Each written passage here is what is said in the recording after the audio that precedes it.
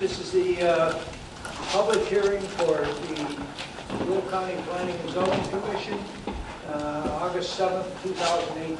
Please stand for pledge of allegiance. I pledge allegiance to the flag of the United States of America and to the republic for which it stands, one nation under God, indivisible, with liberty and justice for all. Madam Secretary, would you call the roll, please?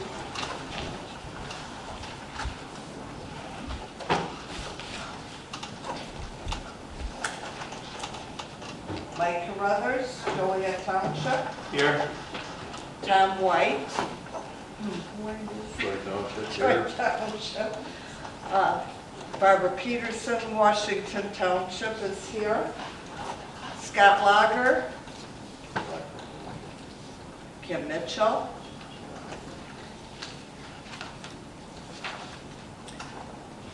Co-chair, Hugh Stippen, Frankfurt Township. Here. I'm going to ask everybody to be sworn in mass today. So would you please raise your right hand if you intend to speak at all, and repeat after me. I swear to tell the truth, the whole truth, and nothing but the truth, so help you God. I do. Thank you. Also, one more thing, if anybody has their cell phones on, would you please turn them off or put them on airplane mode? Thank you.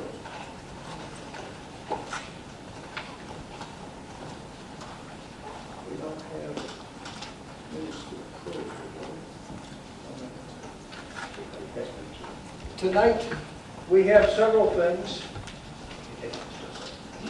One thing, case number 2C-18-045, published for this meeting, is to be continued to September 4th.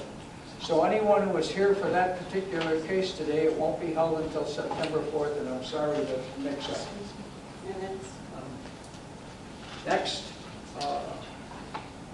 because of the fact that this is a 7-member board, and 2 of our commissioners, including the chairman, have retired as of the last meeting, and we have 1 commissioner absent, we are down to 4 commissioners, which is the quorum, minimum quorum required for any one of you to pass. So if anyone feels that this jeopardizes their case in any way, you are welcome to come back at a different date, which would be next month, and extend your time then when we have more commissioners present. Thank you very much. First case tonight will be a variance extension. What? Minutes. We don't have minutes. Well, you did one. We didn't receive any minutes. Okay. Okay. So that's why I skipped that part. Okay, we did email, and we were supposed to download. So, do either one of you have minutes? Did not know. Okay, all right, the minutes will have to be continued then until I'm sorry. next year. Okay. The first case will be a variance for extension request VEXT-18-001. One of our staff will handle it. Wait, no.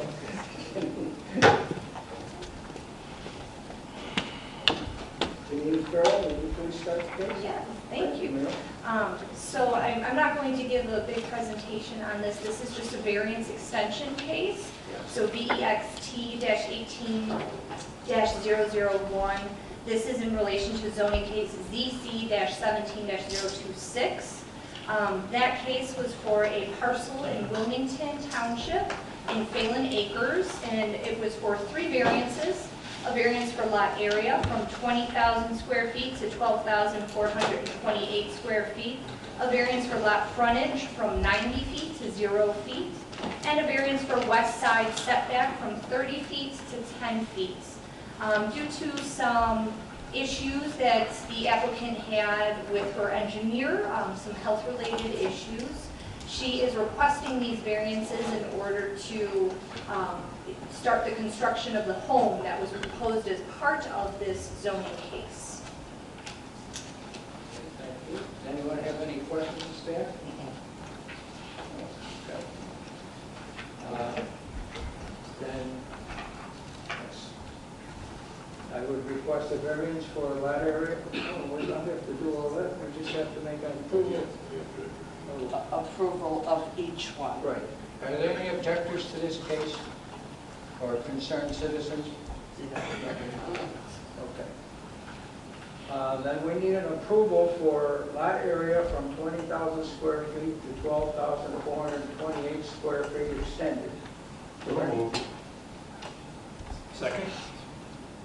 Second, all in favor, signify by saying aye. Aye. Any opposed, and same sign? Next, we have a variance for lot frontage from 90 feet to 0 feet. Second? Motion is second. All in favor, signify by saying aye. Aye. Okay. Obviously, we're unanimous here. Variance for west side setback from 30 feet to 10 feet. Motion. Second? Motion is second. All in favor, signify by saying aye. Aye. Please sign this sheet as the next page. Thank you very much. You're welcome, dear.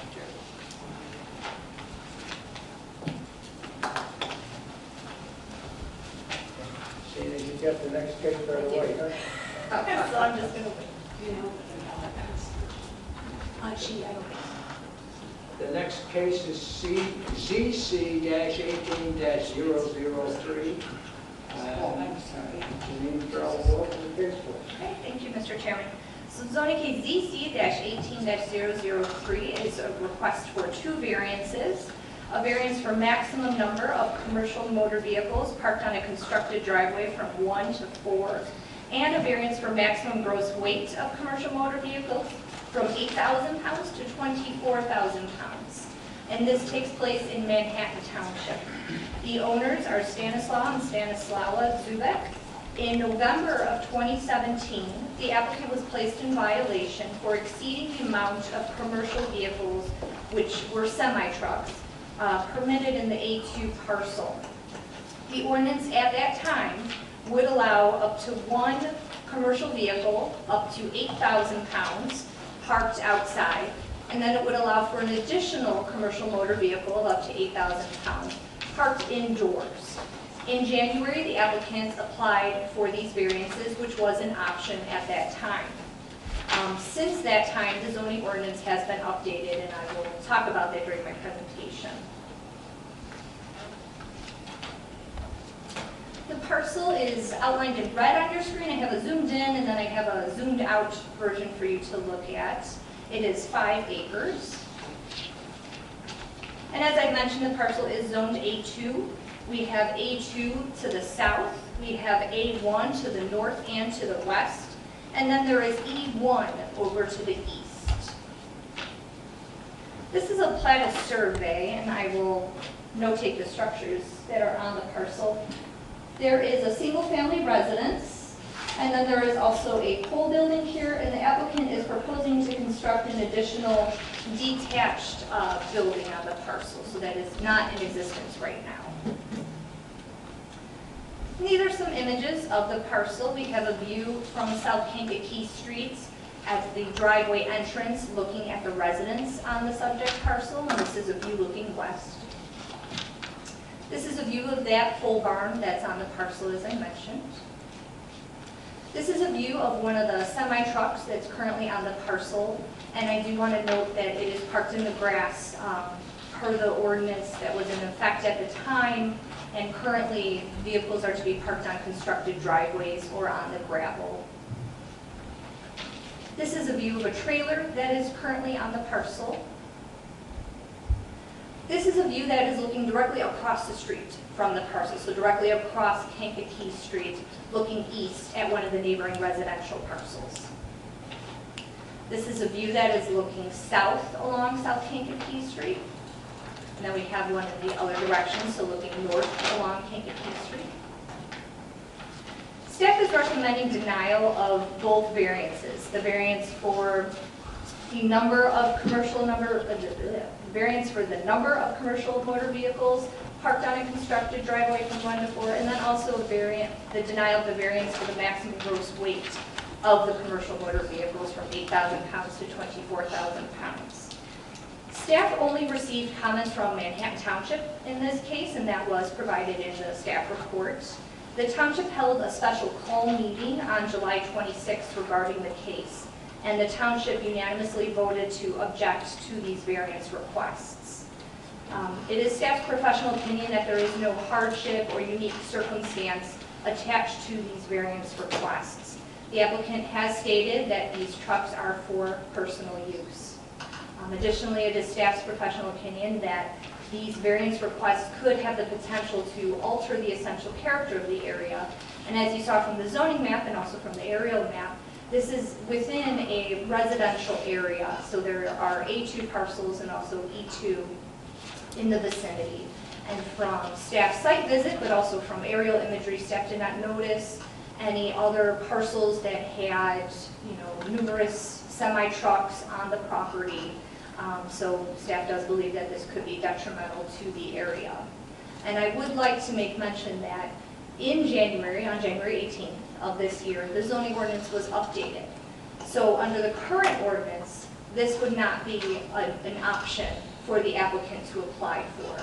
So under the previous ordinance, we have those numerical amounts of the weight of the vehicles that you can apply for the variance for.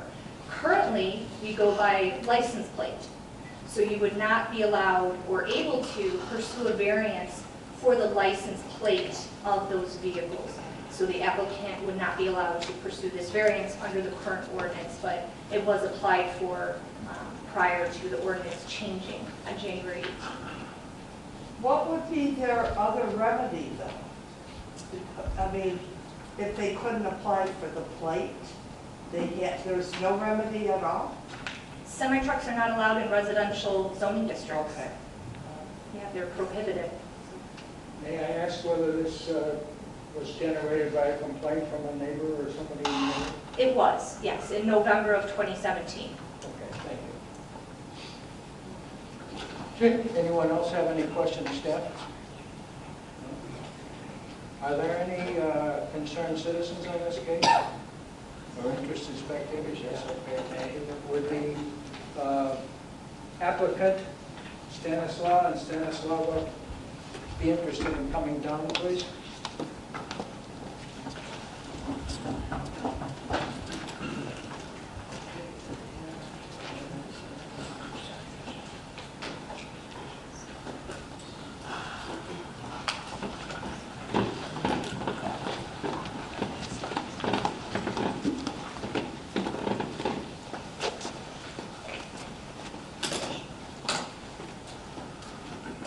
Please state your names and addresses for the record, and then we will ask you to speak one at a time, please.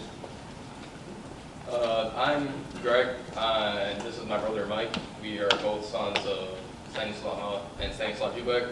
They don't speak Polish very well, so we're kind of translating. Okay.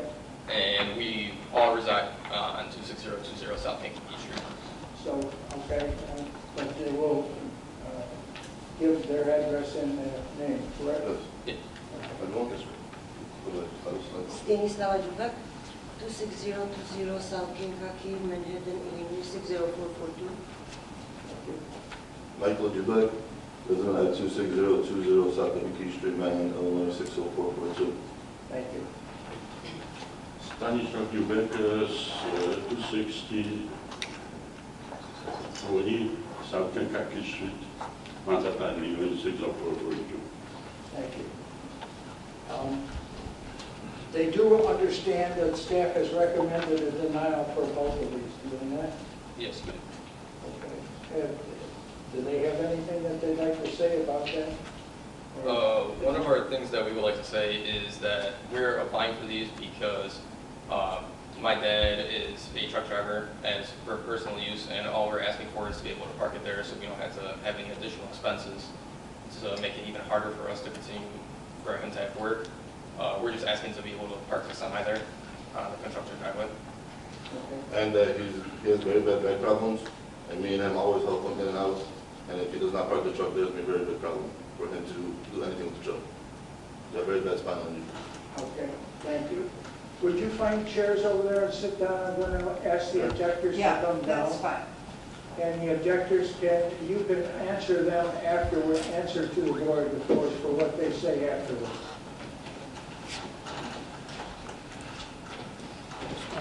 Would any concerned citizen or objector come down, please, one at a time?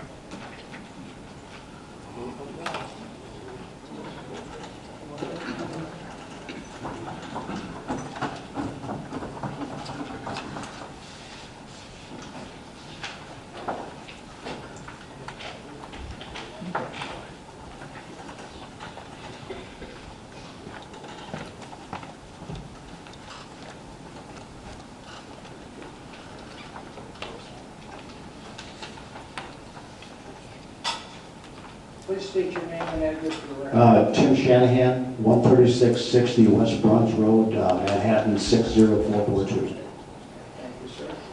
Well, I was pleased to hear the recommendation from the zoning folks. It's the cause of concern for a lot of the residents that are here and that are going to speak. But I just come past the Kankakee, and the trucks are kind of hidden back there. I'm going to back you up for a second. Just back up a little from the mic because we're getting a double echo there. Uh-oh. So you just move your head back right there. You can talk. I was afraid you wouldn't hear. Okay. Just come past there, and just today, there's 2 semi-trucks that are parked there. So, there's been some violations, there's been some complaints from the other residents in the area. The 24,000 pounds on a tar and chip road, the township is constantly trying to keep the roads in decent condition. And that area, you can take a look at across the street is E2, and I live around the corner, but I wouldn't want a trucking area there. And it's not fair to the other people that have trucks. They've got to go by and they've got to do it the legitimate way, and they've got to get some property. And I feel bad for the situation here, but not so bad that everyone else should make that sacrifice that they're asking for. But I have a question too about a constructed driveway. Constructed driveway sounds like a fancy term, but is it gravel? It could be, yes. So it's constructed, so it's just not pulled into a pile of dirt or whatnot, but a constructed driveway is gravel. Like I say, just in the area that we're in, I just don't think that it's conducive to, and it will have a direct effect on property values. If I'm looking at properties that are in the area, all things being equal, and the next door neighbor that I'm going to look at purchase that house has 3 or 4 semis. Right now they're in violation. So, I'd see if they want 2 or 3 or 4, 5 or 6 could pop up. I'm not saying that it would, but it could. But it definitely is going to have a detrimental effect on property values. And as the zoning folks had said, it's a residential area. It's not conducive for that. So. Okay, thank you, sir. Have you anything else, or is that it? I think that's it. Thank you. Thank you. Next, please. And we ask, just for brevity, that people don't repeat the same complaint. If you have separate complaints, we'd appreciate it. But there's no sense in repeating it because we put it in the record immediately.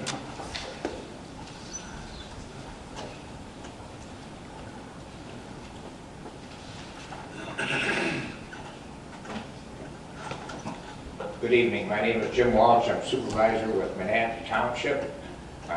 We had a special call meeting, as you know from the minutes that we sent, about this, because the township has also had complaints, as well as the county, about these trucks, and there have been some other calls about some stuff on this property.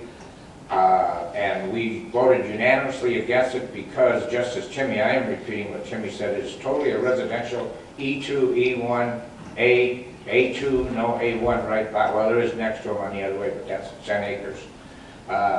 Also, there's one other thing I want to say to the Dubecks. The man, he asked me at the last meeting, he asked about, there is an outfit around the corner up on Kankakee Street that is zoned A1 that are able to park 3 semis there. Sure. Now, and the reason is because a lot of years ago, they came and they did get a special use because it was zoned A1. Yes. But then, there weren't nearly as many houses and all the stuff around. So that's the big difference now, is that now it's a residential area, and people just they don't like it. And it's not according to the rules. And farm trucks have always been allowed in? Yes, farm trucks are allowed on there. Yes, that's always been. Okay, thank you very much. Thank you. Appreciate it.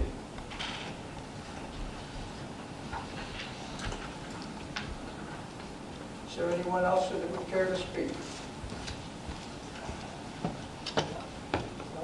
That's it? Okay, thank you. You heard what the complaints were, and basically they're the same complaints that the county brought up. So if you have anything to respond to those complaints, you're welcome to. Otherwise, we're going to take a vote. So it's up to you, folks, what you want to do here. Come back up to the podium, please. What's up? Come back up to the podium, please. if you want to respond.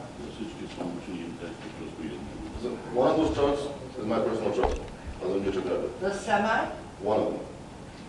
I will remove that from the property, just let my father park his truck. He'll park it way in the back, away from everybody. You won't be able to see it in the house. Let him please park that one truck at his property. He's been parking there for 15 years. He's been parking the truck Yeah, there for... for 15 years. When we bought this house, they told us that we are allowed to. That's the reason we bought the house. And they're doing it for 15 years. We remove everything, we leave one truck in the back so no one can see. That's all we want. That's all we want. And they concur with that. Yes. They agree. Okay. Thank you, sir. Anybody have any questions that they'd like to ask of me? Well, did you make that statement at the Manhattan Township I was not at my hand. Planning Commission? So the township did not have that statement to No. consider?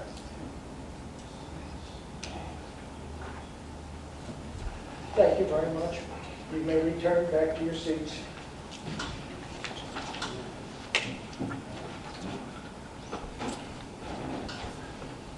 I'd like a motion on this case, please. Mike, do you want to say something? I just wanted to ask Mr. Walsh to step away. Mr. Walsh, would you return to the podium? One of the commissioners here has a question for you. Thank you.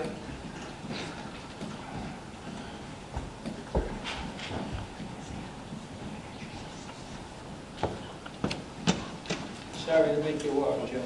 It's all right. Nice to see you again.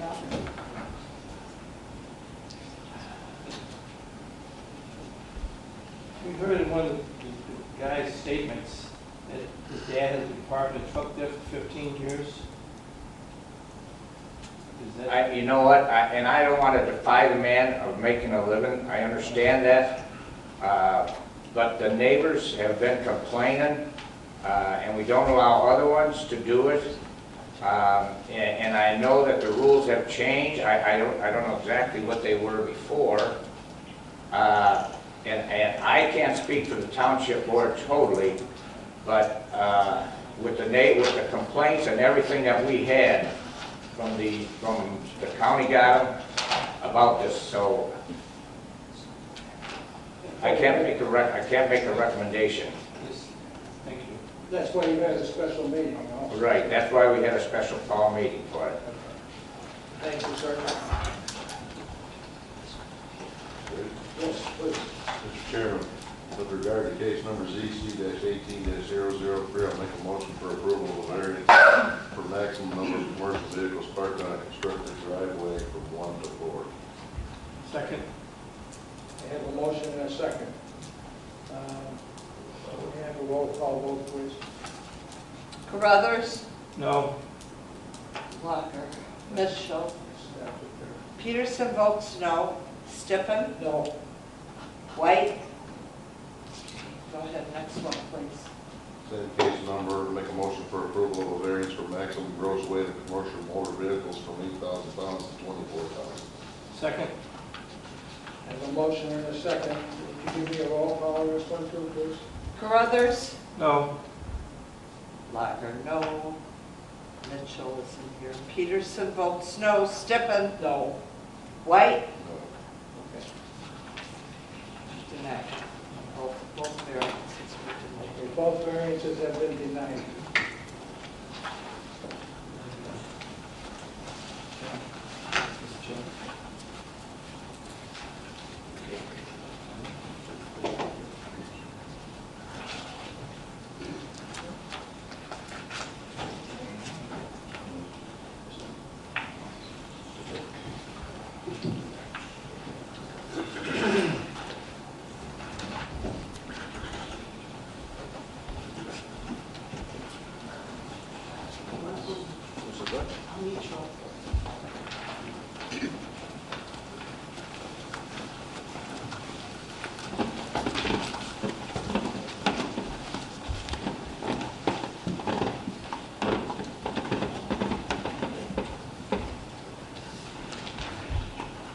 Next is case number ZC-18-048. This will be opened by Ruth. Thank you. Zoning case ZC 18048 is located in Peatone Township. The owner is the Village of Peatone, represented by Michael Mars. The applicant is seeking a special use permit for a major public utility. The Village of Peatone wishes to occupy a building and land as a public works department for the village. They currently share a facility with the Peatone Police Department and Administrative Services at the Village Hall located at 208 East Main Street in the Village of Peatone. Pursuant to Section 155-8.30-L of the Will County Zoning Ordinance, major public utilities are defined as infrastructure, utility, and public service uses that typically have substantial land use or operational impacts on surrounding areas. The applicant is currently in violation for building without a permit, 18 LU 00132. The subject parcel is located south of the Village of Peatone, east of Interstate 57, and just west of Illinois Route 53, Cicero Avenue. The address is 31831 South Rathje Road in Peatone, Illinois. The parcel is 3.36 acres, and the special use area encompasses the entire parcel. The parcel is improved with 6,269 square foot pole barn, a gravel lot in the rear, and a gravel driveway to the west accessing South Rathje Road. There is also a gated perimeter fence surrounding the property. There are no identified floodplains or wetlands on the subject parcel. The property is zoned C4, previous zoning case 5789-M, which was approved by the county board in December 18th of 2008. It was rezoned from I-12C4 in order to operate a vehicle storage and towing company. You can see on the zoning map, if we go back, there is I-1 to the north, which has a special use permit for landscape materials and equipment, which was zoning case 5861-S, which approved by the county board back in October of 2009. And to the south, there's also I-1 zoning. To the west is unimproved A1, and to the east you have the Canadian National Railroad and Cicero Avenue. The zoning for the surrounding area has been zoned I-1 since 1947's zoning ordinance. The subject parcel was rezoned to C4 back in 2008 in order to be used as a vehicle storage yard. The site plan shows a proposed addition of 2 paved handicap parking spots, and also the applicant is planning on modifying the existing structure for office space for the Public Works Department. And we would like to mention that building permits will be required for any updates to the existing structure. Physical characteristics. You can see the parcel looking straight ahead to the gravel driveway, and this is looking east to the property. Again, this is a close-up of that gravel lot looking east at that subject property. A close-up of the perimeter fence as well as the pole barn facility located on the property. A close-up of the gate of the fence. And this is looking north along South Refugee Road. You can see a business towards the north. This is the property that has a special use for landscape equipment and storage. This is south along South Refugee Road. And this is a closer image of the residence located on the I-1 zone parcel. And this is also another I-1 zoned property to the southeastern corner of the subject parcel lot. And this is the agricultural property located west across South Refugee Road.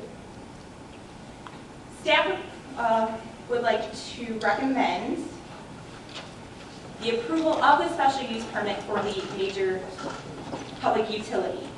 Staff received comments from the Will South Cook Soil and Water Conservation District, the County Health Department, and the Illinois Department of Natural Resources, none of which had objections. The letter from the Health Department was handed out tonight as a memo. Staff also received comments from the Peatone Township Board stating that they will not submit a comment. A copy of this email was handed out also as a memo tonight. It is staff's professional opinion that the establishment, maintenance, or operation of the special use will not be detrimental or endanger the public health, safety, morals, comfort, or general welfare. The surrounding area has been zoned I-1 since 1947. There are established I-1 uses and special uses that have been substantial land use or operational impacts on the surrounding area within the vicinity. The Village of Peatone, a public and civic service facility, will operate its public works department on this location. The special use will not be injurious to the use and enjoyment of other property in the immediate vicinity for the purposes already permitted, nor substantially diminish or impair property values within the neighborhood. The area contains moderate industrial uses and unimproved agricultural property. Pursuant to section 155-12.70 of the zoning ordinance, land use buffers are required when new development occurs or the new uses are established on lots that abut a residential zoning district or a lot used for residential purposes. The land use buffer must be provided along the entire property line of the subject lot that abuts a lot that is zoned or used for residential purposes. In addition, outdoor storage must be screened. The establishment of the special use will not impede the normal and orderly development and improvement of surrounding property for uses permitted in the I-1 district. Any new buildings or structures constructed must meet setbacks, landscaping, parking, lighting, and signage requirements, and require building or site development permits. And that concludes staff's analysis. Do you know whether this property is within the mile and a half limit of Peatone? It's obviously not part of the village, or they would have just not had to come here. So, Right. I was just curious why. I'll ask them when they come. Thank you. Mm-hmm. Does anyone have any questions for staff? Thank you very much. Appreciate it.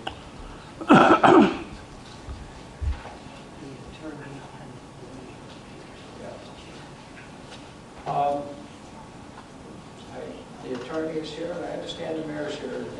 Either one or both of you want to come up, please?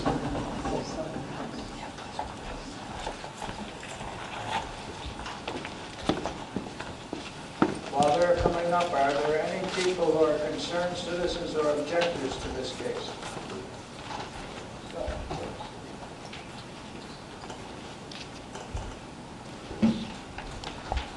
Good evening, Mr. Chairman and members of the commission. My name is Michael Mars. I'm the attorney for the Village of Peatone, address of 180 Maplewood, Riverside, Illinois.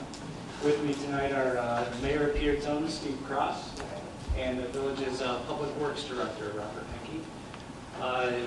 Appreciate you giving consideration to our request. The village purchased this property and the existing building to use as its public works facility. In answer to your question, I understand the property is less than a mile outside of the village limits. It is outside a little ways, but it's within the 1.5 miles. As noted by staff, this is a former towing storage yard, and the area is primarily a light industrial type of use. And so that it was an attractive facility to us because we don't need to make much in the way of modifications to the building itself. We plan some modest improvements on the outside, such as painting and changing the garage doors and the landscape buffer that staff mentioned to the adjacent residential property. I understand the village has spoken to the residential neighbor to the south, and I don't believe he's here, but my understanding was he understands the situation and had no particular objections to our use. And as staff also outlined, we have outdoor storage and landscape material and equipment to the north, and vehicle repair, machinery, farm equipment repair to the south. So we think it's a good fit with those type of uses.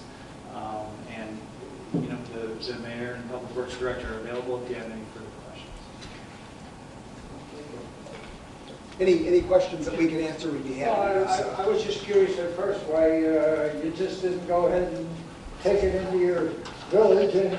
Well, we're not contiguous at this point in time, so we're not able to annex it into the village. All right, because that would have solved all your problems. All right, thank you very much. There's no objectors or concerned citizens here, so unless someone on the board has a question, you may proceed. Thank you. Thank you very much. Thank you. Ready for motion?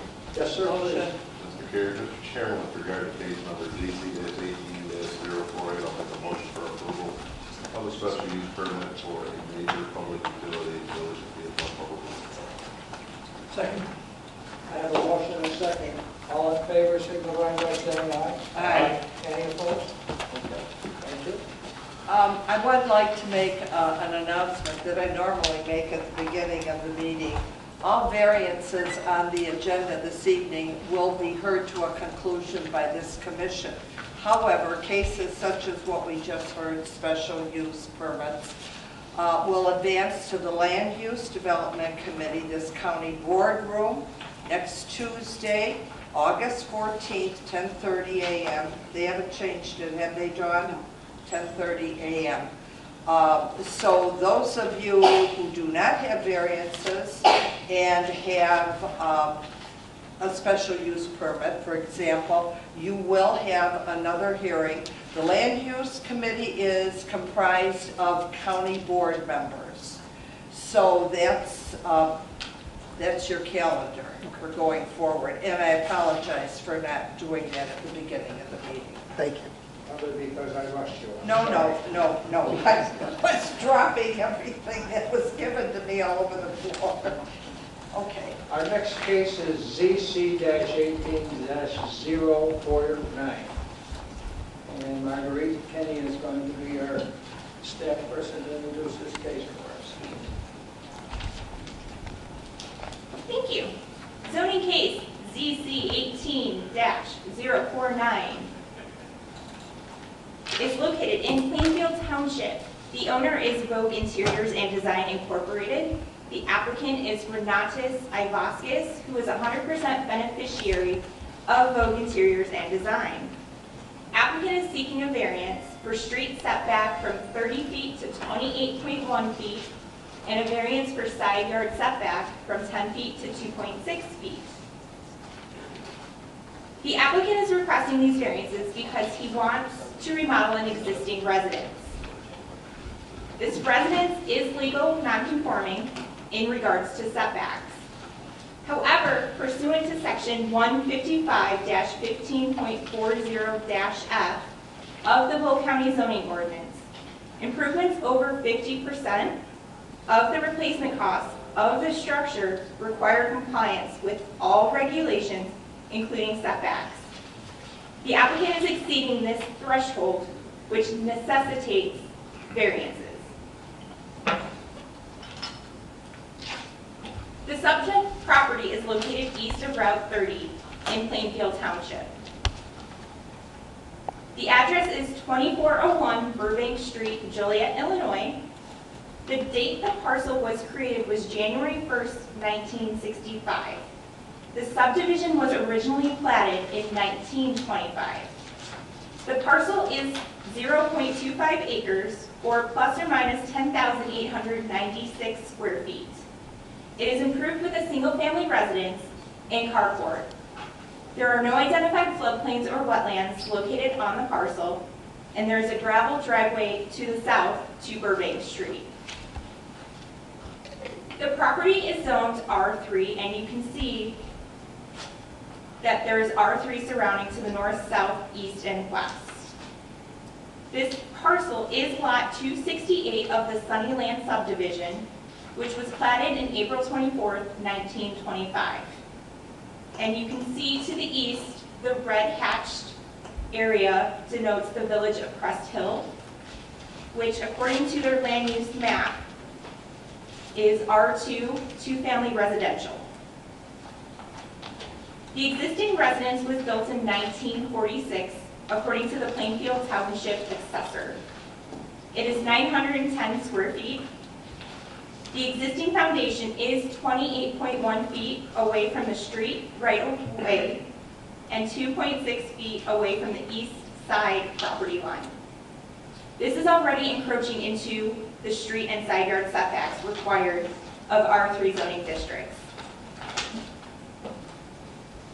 Applicant is proposing to remodel the existing home using the existing foundation and keeping the eastern wall in its remodel. The remodeled home is planned to be 860 square feet, which is smaller than the current existing home. And here's an image of the exterior design concept of what they are proposing. This is looking north at the property from Burbank Street. And you can see a wooden fence along the property line to the east. And here's a zoomed in view of that property line and where that eastern wall is located in relation to the property line. This is the western side of the house. You can see the backyard as well as, it's hard to see, but there is the carport behind the tree foliage in the front. Here's a picture looking east along Burbank Street towards Gaylord Avenue, or Road. And here's looking west along Burbank Street, and you can see the houses within the subdivision are old and of a similar nature. Again, looking the north side of the western side of the street is more residence. And here's an image of the property directly across the street to the south on Burbank Street. And here's properties to the east towards Gaylord Avenue. And another. Staff recommends approval of both variances for variance for street setback from 30 feet to 28.1, as well as approval for the variance for side yard setback from 10 feet to 2.6 feet. Staff did not receive comments from the Will County Health Department, Plainfield Township Highway Commissioner, Plainfield Fire Protection District, or the Will South Cook Soil and Water Conservation District. As mentioned earlier, this is a unique circumstance. The existing home was built in 1946, 28.1 feet away from the street right of way, and 2.6 feet from the eastern property line. This predates zoning ordinance code. The existing residence is a legal non-conforming structure that has fallen into significant disrepair. the applicant purchased this property in this configuration. The applicant would like to remodel the home using existing foundation and keep the eastern wall intact. Staff does not believe this will alter the essential character of the neighborhood. I do want to mention there was a neighbor, Arturas Lavrentevas, who does support the request and variances, but he was unable to stay for this meeting. He just wanted to note into public record that he supports their variance efforts. And that concludes staff's analysis. Thank you. Has anyone any questions of staff? Thank you very much. Is the owner here? Hang on 1 second. Is there any objectors or concerned citizens on this case? There's no concerned citizens on this case. Staff has recommended approval. Unless you want add something extra, you don't need to. You can stay there if you care to. Mr. Chairman, case number ZC-18-049, I'd like to make a motion for approval for a variance for street setback from 30 feet to 28.1 feet. Second. Motion and a second. All in favor signify by saying aye. Aye. Any opposed? Same sign. Okay. Next. Mr. Chairman, same case number ZC-18-049, I'd like to make a motion for approval for a variance for a side yard setback from 10 feet to 2.6 feet. Second. Motion and second. All in favor signify by saying aye. Aye. Aye. Any opposed? Same sign. Good. Thank you, sir. You have passed. I have paperwork.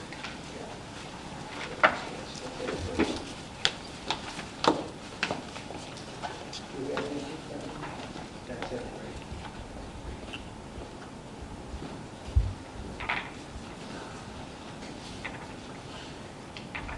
The next case to come before this committee is ZC-18-0209 and will be presented by Jessica Gale. Thank you, Mr. Chairman. Zoning case ZC-18-029 takes place in Creek Township. The owner is Eugene Jarvis, and the applicant is Jason Bowling with Greenberg Farrow. The applicant is requesting a special use permit to construct a solar farm on behalf of the solar developer, Borrego Solar Systems, Inc. The operator of the solar farm will be Goodnow Road West Solar One LLC. This use, as the commission knows, requires a special use permit in the A1 zoning district. The subject property is located on Goodnow Road, about 1.5 miles east of Illinois Route 394, and it's located on the south side of East Goodnow Road. So on the, if you look on the screen here, so we have the subject parcel. This one is being requested concurrently with an adjacent parcel, so it's the same developer, really the same project, but they are submitting two separate applications because these are two separate parcels. So I noted on the screen here that concurrent zoning case ZC-18-030. The project site is also located across the street from the site of zoning case ZC-17-036, which was another special use permit for a solar farm approved on January 29th by the Will County Board. There have been no permits submitted yet for that solar farm, even though it's recently approved. And again, there's that second request that you're going to hear following this presentation. So they'll be presented on separately, but a lot of the information is the same. A lot of the correspondence that we've received from the township and the fire protection district has been addressing both properties. Although separate, the development is really kind of unison.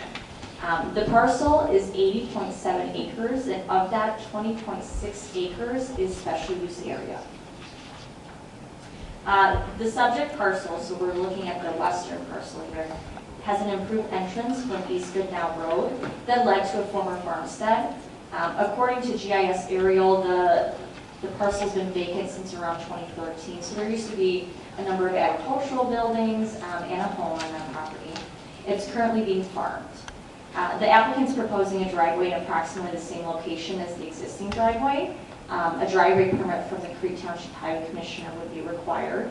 The applicant did, as part of their submittal package, submit a letter of agreement that was dated March 30th, 2018, between the developer and the highway commissioner. So it really spoke to, and it's attached in your packet, spoke to the number of permitting requirements that are going to be required by the township.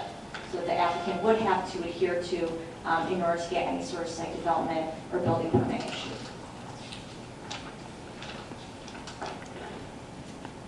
So the subject parcel is zoned A1. It's surrounded by A1 zoning. To the north, there is that parcel that is zoned A1 with a special use permit for a solar farm. Again, ZC 17036 is that zoning case. Here's the concept plan, so showing just a single parcel. So the applicant does know the solar arrays. They are requesting, and I'll note this once we get to the conditions, a riser pole near the driveway so that the utilities throughout the entire site will be underground except near the driveway where they're requesting for the utilities to come up to cross and connect across the street. So that is something that can be authorized as part of the special use permit, so for the commission to consider. If not specifically authorized, all of the utilities and cabling would have to remain underground. So here are a couple of pictures. This is a view of the existing driveway entrance facing west. So you can see faintly in the trees a county vehicle parked in the existing driveway. Here's a view facing west from that driveway entrance, and a view facing east. So facing east would be towards that adjacent property where they're also pursuing a special use permit for a solar farm. And this is within that driveway, within the site facing east, so that is still on the property and that is being farmed. Here's a view facing north from the driveway entrance, so that property is also currently being farmed. And the view facing south looking at that existing driveway entrance. Here's a view facing southeast along East Goodnow, so you can see those existing power lines.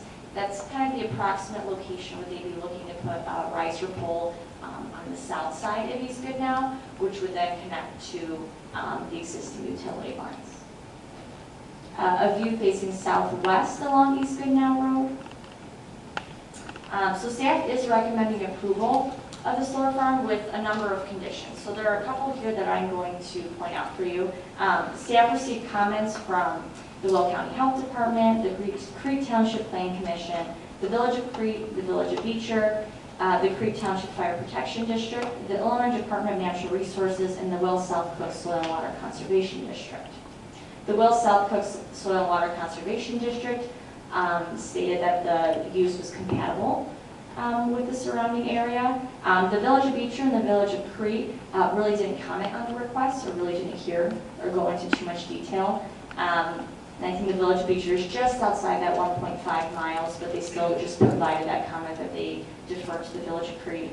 The Creek Township Plan Commission did provide a letter that was included with just a number of their concerns.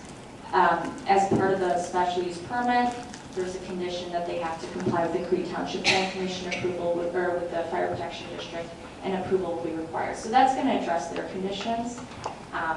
And then the Creek Township Plan Commission did hear the case, and see exactly what approved the application at their May 3rd, 2018 meeting. So they just had a number of things that they were concerned about. Construction must adhere to the conditions stipulated by the Township Road Commissioner, by the Township Road District. So we added that as a condition. You know, that's kind of inherent to make sure to comply with those two agencies. The decommissioning plan be in place before the operations begin. So there is a decommissioning plan that's been submitted. And then 3 visual screening and landscaping to follow Will County ordinance, with a request to consider additional evergreen tree plantings along the western edge of the southern array in the west site. So this is where I'll jump into our conditions and how we've been able to address some of these things. If we go back to the site plan, and it may be hard to see, if not it's easier in your packet. You can see, if you look in the southern set row of arrays, there is a landscape buffer that's being proposed to kind of comply with the requests of the township. So staff has added that as a condition. It's not required. The only landscaping that's required is if there's a dwelling unit within 1,000 feet. So on that western edge, the dwelling unit is outside the 1,000 feet. Same with the southern and the northern and the eastern, there is no dwelling unit. However, road frontage landscaping is required along the road. So we'll go back to the conditions and I'll just point those out. And again, these are requirements in the Will County zoning ordinance. We kind of pulled them out and pull attention to them so that the applicant is aware, so the commission is aware, so that the audience is aware that these landscaping requirements are going to be required. So the first one's a standard condition. Number 2, along the northern boundary of the project site, which contains ground-mounted equipment, including solar panels, a landscape area at least 10 feet in width with at least 1 shrub per 5 linear feet, plus at least 1 evergreen tree per 25 linear feet of perimeter area must be provided. The landscape area must be located outside the fence enclosure. A landscape plan shall be submitted at the time of site development permit application. So 3 is kind of that specific condition related to this site and is not required by the applicant based on our zoning ordinance, but is something that was included in that site plan and something that was really requested by the township. Along the western boundary of the southernmost row of solar panel arrays, as identified in the site plan dated July 3rd, a landscaped area at least 10 feet in width with at least 1 shrub per 5 linear feet, plus at least 1 evergreen tree per 25 linear feet of perimeter area must be provided. So it really imitates that same landscaping condition number 2. Number 5 is specifically that condition that can be authorized as part of the special use permit. On-site power lines and utility connections must be placed underground except where necessary to connect to existing overhead utility lines. The proposed riser pole on the site plan dated July 3rd, 2018 is permitted. So that's up to the commission's discussion. You can choose to, require them to go underground. I'll let the developer speak to why they've made that decision to have the riser pole there. So I'll let them speak to that. And then 6 speaks to a decommissioning plan. 7, if the solar farm site does not produce energy for a continuous period of 1 year or more, pursuant to our special use provisions, it does have to be decommissioned because that special use is deemed abandoned. Number 8, the owner and/or operator shall submit a copy of the signed Agricultural Impact Mitigation Agreement, AIMA, with the Illinois Department of Agriculture at the time of building permit and/or site development permit application. Should the owner and/or operator be exempt from SB 2591, the owner and/or operator shall submit a copy of the signed Will County AIMA and the Will County Interim Solar Farm AIMA guidelines to the Will County Land Use Department at the time of building permit and/or site development permit application. So we do have Sam Bloomer here to speak to if you have any questions about that mitigation agreement. That has been kind of an ongoing discussion at the Land Use and Development Committee. There is legislation that's kind of going into play right now that's still being interpreted by our staff. So if you have any questions about that, Sam can definitely speak to that, or Janine can. But that condition has been put in there based on kind of conversations within the last couple of months related to making sure that farmland is brought back to, or that the soil is brought back to the condition it was, so that it could be farmed should the solar farm be removed. Some of these other conditions you've seen in previous staff reports. So prior to the submission of the site development and/or building permit application, a pre-construction meeting shall be held. The agencies individuals invited to attend shall include the Will County staff, elected officials, Farm Bureau, and other interested parties determined by our staff. Okay. Number 10 requires the owner or operator to have an agricultural specialist on staff. And number 11, just that added condition, again, to speak to the township and their concerns. Approval by the Creek Township Fire Protection District, the Will County Health Department, and the Creek Township Highway Commissioner is required, so prior to issuance. So just kind of put in there just to reiterate that, to address those concerns. And that concludes staff's announcement. Oh, one other thing. You have an email that was received late and was not included in the packet. It is from an individual who isn't able to be here this evening. So I can, it's relatively long. I want to just call out, kind of speak to some of this to have on the record because this individual wasn't able to be here. It's signed Carl Webb, 27910 South Cottage Grove Avenue, Beecher, Illinois. So I'll speak a little bit about it. To whom it may concern, I received a notice about the upcoming meeting on August 7th regarding the proposed solar farm on Goodenough Road. So again, there's two sites here, so it's unclear which one the applicant could be discussing, but again, they're kind of a unison proposal. I wish to address the many issues with solar farms. I've attached a number of links outlining issues such as the negative effects on the wildlife, the destruction of healthy soil, the need for water, the potential for a drop in property values, to name a few.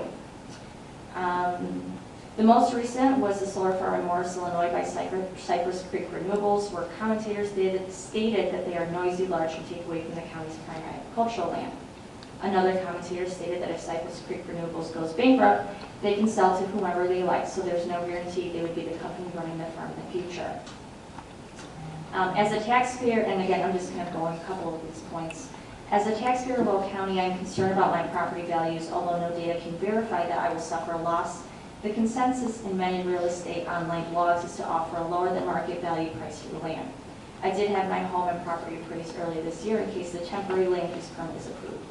In the use of the word temporary, Justin Hart from Borrego Solar told me that the panels can remain there for anywhere from 20 to 40 years. The term temporary does not seem to fit the time frame. Justin also indicated that the solar farm is a construction job and it is a one-time deal. I don't understand how this falls under the Future Energy Jobs Act, and according to the application filed by Eugene Jarvis, the number of employees is listed as 0. Justin did verify another concern I had for such a large-scale temporary site. There is a seasonal productivity curve. Productivity is at its highest in the summer months, decreasing in the spring, with little to none in the winter. Justin also said the water in the panels will come from rain. I found this hard to believe because the panels would be surrounded by active farming, hence a lot of dust cover. Another concern is the contamination of the water and its effects on my soil. I strongly suggest placing the panels on large structures such as warehouses because the water can be treated properly before it returns to the natural cycle. I would cite Magic Gloves headquarters in Romeoville.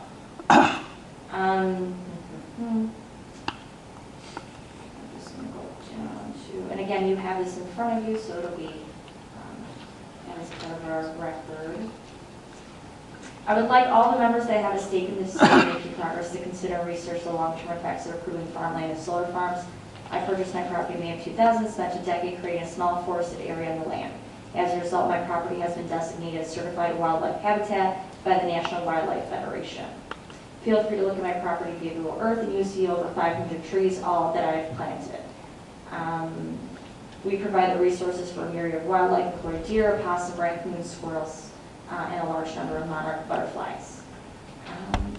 So I did include that in there. I will let the solar developer as well speak to any of the number of issues related to noise and runoff and anything that has been brought up in this letter, and of course any objectors.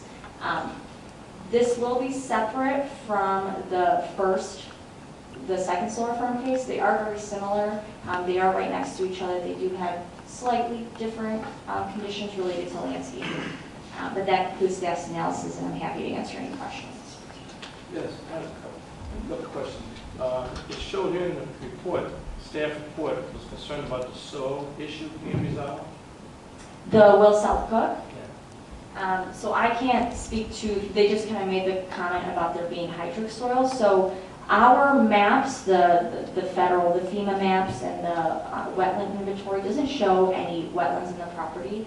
The solar developer did hire a firm to take a look at the soils and take a look at the property, and they did identify some farmed wetlands that have been picked up by the federal databases. So that is something that will be reviewed by our engineering review to make sure that they stay within a certain buffer of the wetlands on site. And then obviously when those solar panels are installed, they're installed appropriately so that the soil can handle them. But I can't speak to exactly everything that was brought up in that report. Also, they mentioned a severe frost action potential. Again, they're speaking to the soil, so that's going to impact any sort of building. If they were to build any sort of structure, it could impact their plans. Thank you.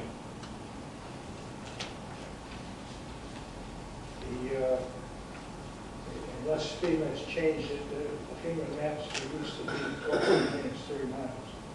So you could be in or out of a wetland area on the map by the 6 miles across that they're giving that little center line, and not necessarily be a wetland at all, but you fall within that 6 mile gap.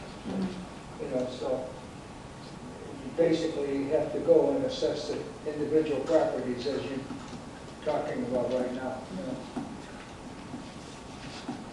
Very good, Jess. Yes, very good. Really and truly, I'm impressed. Very good. Does anyone have any questions of staff? No? Okay. Is the applicant here or the applicant's agent? Yes. Oh, Oh. Yes, I'm sorry. Good Please. evening. My name is Sam Bleemer. I'm the Energy and Conservation Specialist for Will County in the Land Use Department. I just want to provide a couple points of clarification about the AMA because this has been something that's been a very strong focus of the Land Use Committee. Governor Rauner signed Senate Bill 2591, which included solar into all the requirements they have for wind. So back when wind first came on the scene and the farming community was concerned about the agricultural impacts, this legislation was created to protect the integrity of the farmland. And so what we did was we are waiting for an interpretation from the Illinois Department of Agriculture on a couple of aspects of that legislation because they're not clear to us at this time, and we have connected with their legal counsel. We're just sorting out how they can give us an accurate interpretation of it. So what we did was we took what exists in the legislation, made a guideline document, so it's verbatim the legislation that was passed and lobbied and supported for by the Farm Bureau, the Illinois Department of Agriculture and the Illinois Farm Bureau, as well as our local Farm Bureau. And then we took the AMA, Agricultural Impact Mitigation Agreement, the actual agreement that they use for wind farms, and translated it into solar to use in the interim. And it does state in those documents that when the Illinois Department of Agriculture releases their official documents, which they have about 2 months after the law is passed to get those details together, that those will supersede what is in ours. So if they're the exact same, great. If they're more stringent, so be it. That's what's required by the state law, and we can't supersede that. But just in case the interpretation from their legal team comes back that these folks would be exempt in some way, we know that we have them covered under what we believe the agreements will look like. The other piece I just want to mention is I've spoken to Resident Webb in the past regarding his concerns. And just a couple of things to note.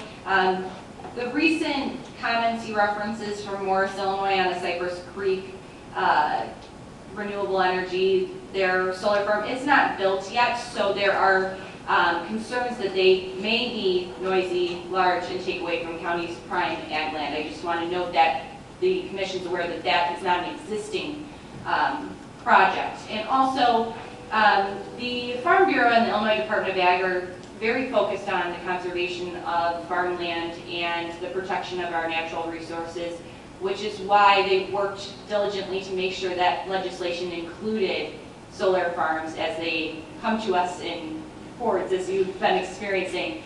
And just one other thing I want to note is that these solar farms, the 20 of them you've heard in the past few months alone, not all of these are going to get built. They have to go through a lottery system for incentives through ComEd, and as more folks enter themselves into that lottery, the smaller the chances are that they'll be selected. And that's not just for Will County, it's for the entire ComEd territory. So I just want to give that to the commission so you all feel you have the most information possible when considering these applications. Thank you very much. We appreciate that. And as you know, we're here just to legislate zoning, and the construction will come after, will be taken care of by our staff and lots of other people. So thank you, we appreciate the information. So is Okay, you want the agent or the owner here Yes. to talk to this? the agents, Yes, And are there any people here who are concerned citizens or objectors to this? No, thank you.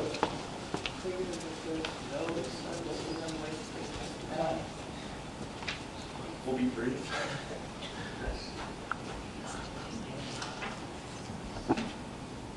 Thank you. My name is Justin Hart from Borrego Solar Systems. I am a senior project developer, and although we do have a full presentation, it seems like that was significantly covered in staff's report, so we won't cover that. I do want to clarify, I haven't seen the email that was referenced in the petition from one of the neighbors, although I have clearly spoke to him several times.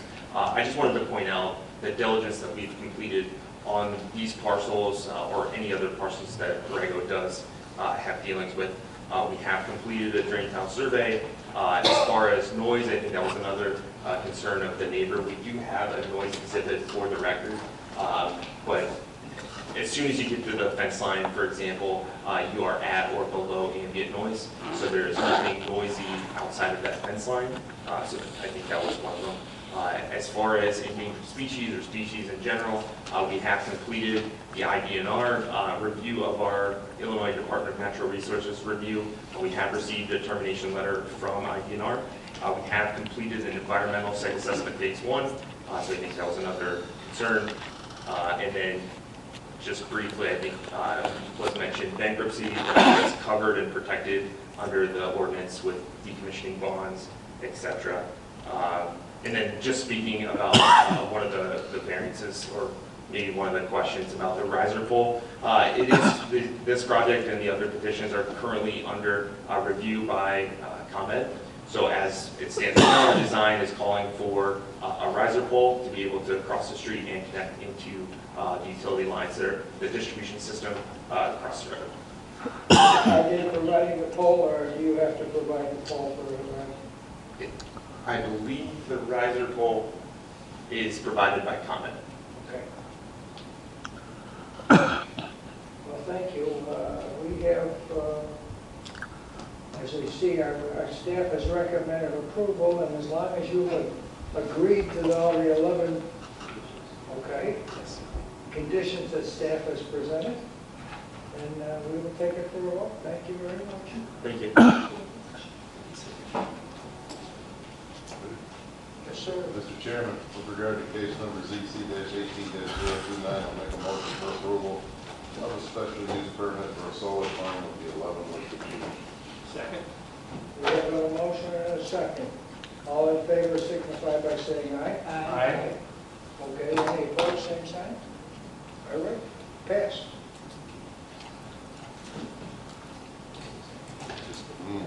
Jessica, I guess you're going to be the solar gal today, right? Call the name will call me.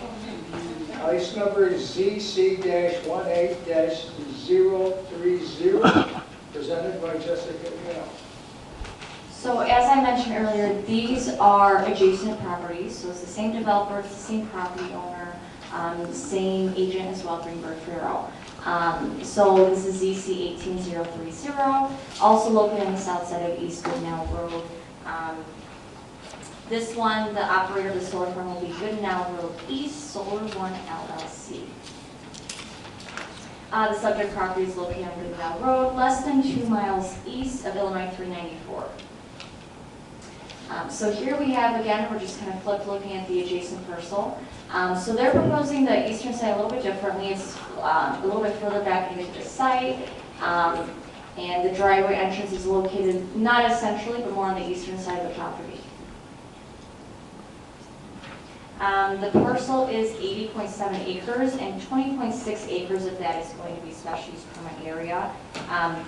Again, I mean, I do want to note that 18029 is to the west, ZC 17036 is to the north, so within close proximity of existing special use permit for solar farms, as I mentioned in the other presentation. And what I do want to note on this, which may be hard to see, on the eastern side of the property is actually an unimproved road with Lawn Avenue.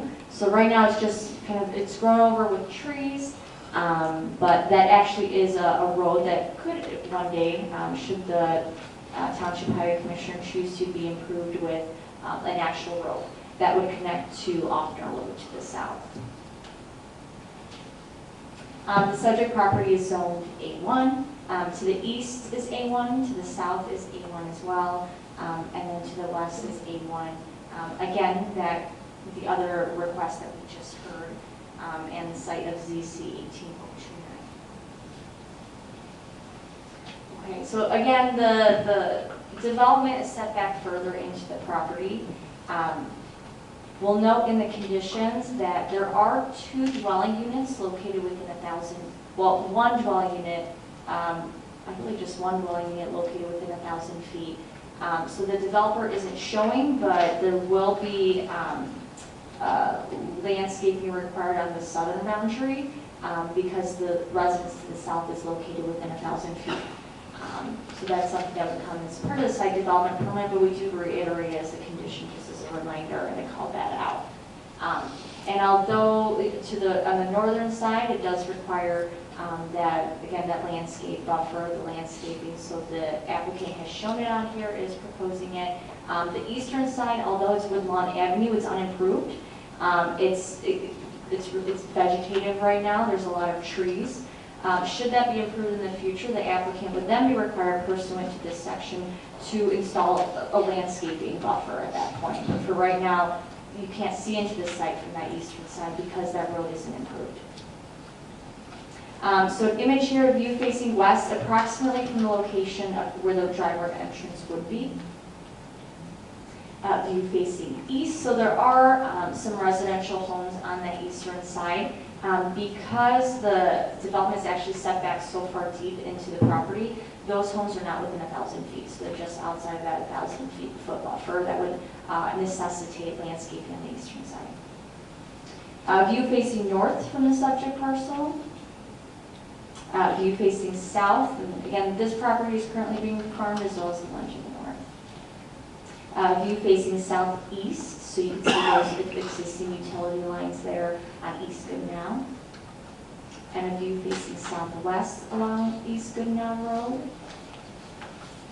And here is, if we're actually looking, we're on Offner Road and South Cottage Grove Avenue, so if you're looking at the very southeastern corner of that parcel, Woodlawn Avenue, if it was approved, would be in this area. You can see that it's overgrown, there's existing vegetation there, so there's really no way to view into the site from this side. So one of the reasons we would necessitate vegetation or landscaping, so that's just kind of the view there from that intersection. Staff is recommending approval. We received the same comments from the Creek Township Fire Protection District and the Plan Commission that was referenced in the ZC 18029.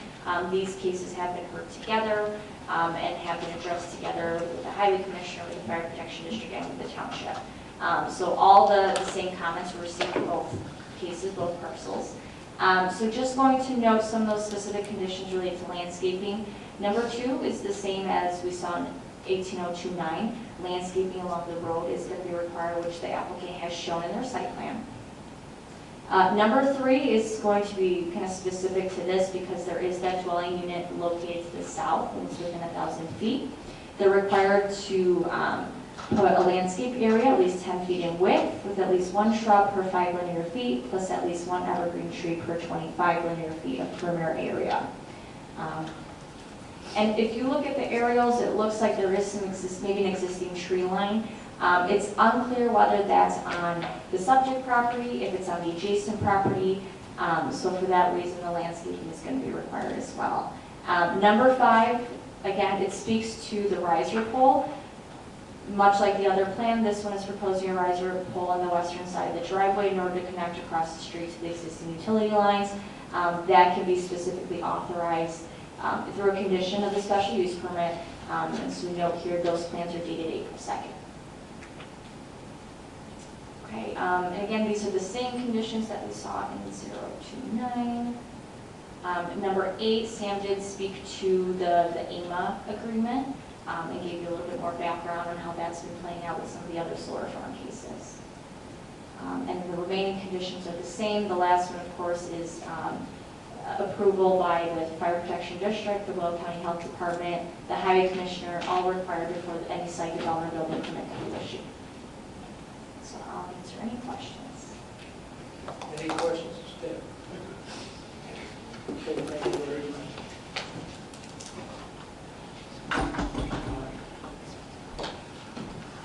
Any objectors or concerned citizens to this case? Okay. Case is recommended approval, so unless you have something to add, we're just going to go ahead and vote. Nothing further. Mr. Chairman, with regard to case number ZC-18-030, I'll make a motion for approval of a special use permit for a solar farm to be allowed in Western New Jersey. Second? I have a motion and a second. All in favor signify by saying aye. Aye. Any opposed, same sign? Okay. Thank you. You passed.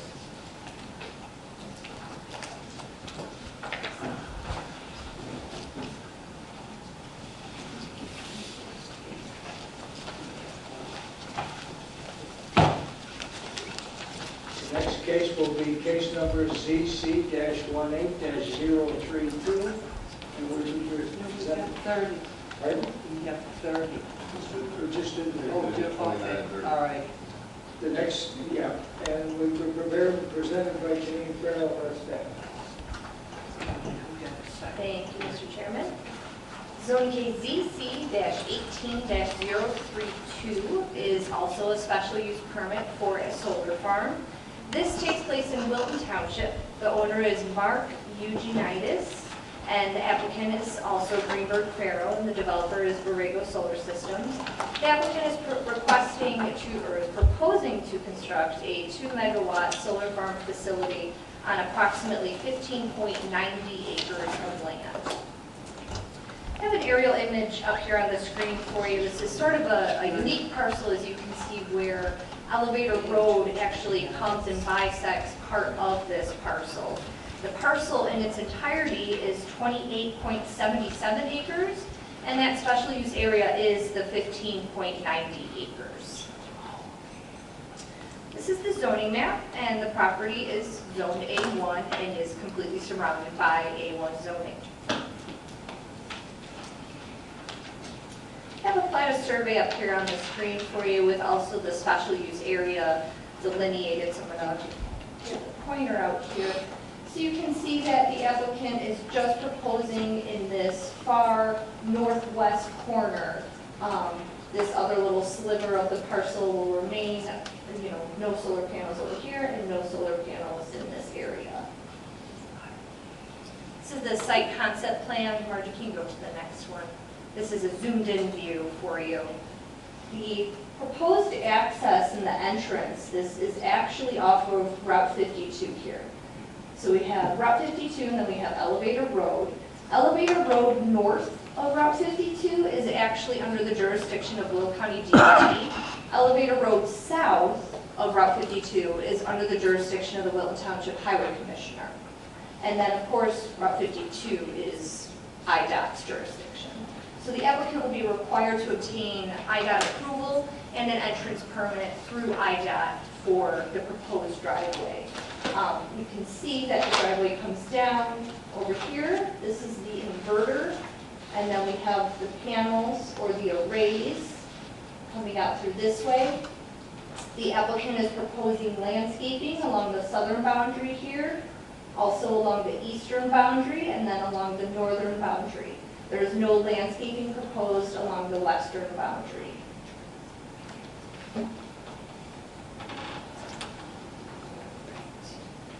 And I just wanted to also make note here, some of the distances of those panels to the property lines.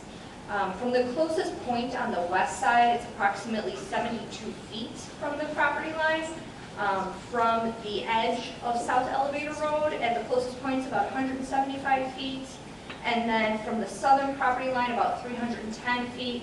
And then it is just meeting that 100-foot setback from Route 52 to the nearest panel.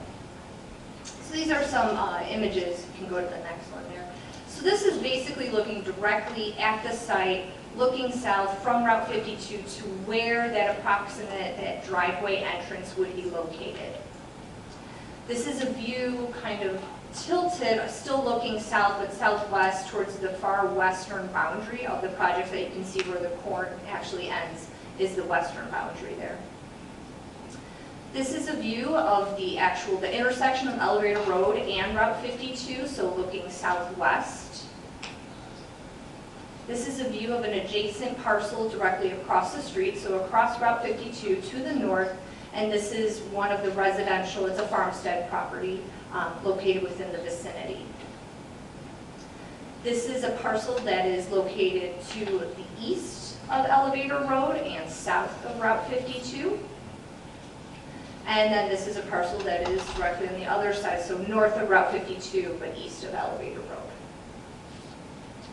This is a view looking north along Elevator Road towards the parcel there on your left-hand side.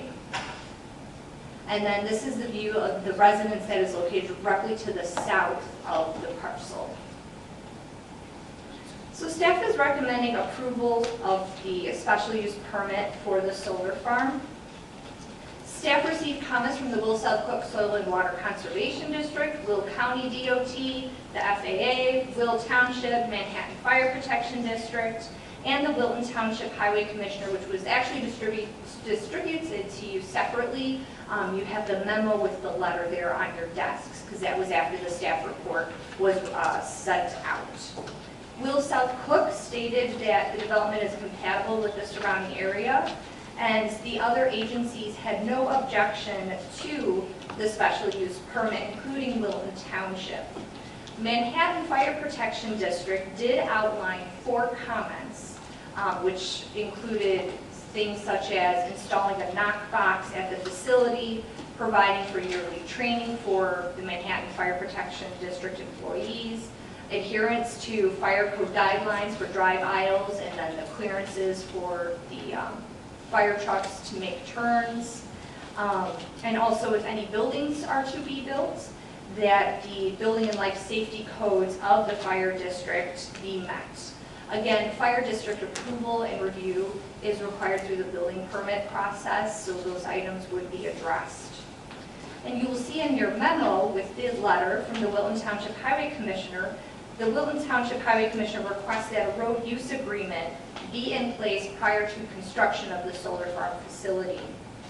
Now, this is something that would have to be added as a condition by the commission if you so choose, because as I had mentioned, the actual driveway entrance is under IDOT's jurisdiction, according to the site plans that were presented to us and that we're seeing today. IDOT approval would be required. We would not be required to have Wilton Township Highway Commissioner approval as part of the building permit or the site development permit process. So again, that's something to consider should the commission wish to add that as a condition. Staff, again, does not believe that this will be detrimental to the surrounding neighborhood or developments of any of those parcels for A1 uses or for any of those parcels in the area for uses already permitted in the A1 zoning district. The site will be secured by a 7-foot fence as well, monitored remotely. And I'm going to go through some of the conditions. So we have 10 here. Let me get my up close so I can read it. And again, these are very similar to the ones that Jess had, so I'm not going to read each of these.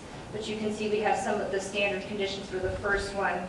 The second and third conditions address the landscaping requirements. So again, along the road frontage area, so along Route 52, along Elevator Road, what the applicant is already proposing on that site plan will be required. And then along that southern boundary, because that residence is within 1,000 feet, that will also be required. So there will there will not be landscaping on the western boundary, but on all of the other project sites' boundaries. For the next set of conditions, we have here conditions 4 through 8. Again, these are the standard conditions. Jess has reviewed these. We have included these as well onto this case. And then we have conditions 9 and 10. Again, we have that AMA agreement as condition number 10, as Jess has reviewed. So I think I will end my report there and take any questions that you might have that I didn't already address, or that Jess didn't address. The only question is, 11 on the other ones, it's included fire departments, and I didn't see that in this 10 list here. Correct, so I did not include that one because I felt that those issues would be addressed under the review of the building permit. So we can definitely, if the commission so chooses, to add that as a condition. No, that's fine, I just was querying, and I got a good answer, thank you. So, is the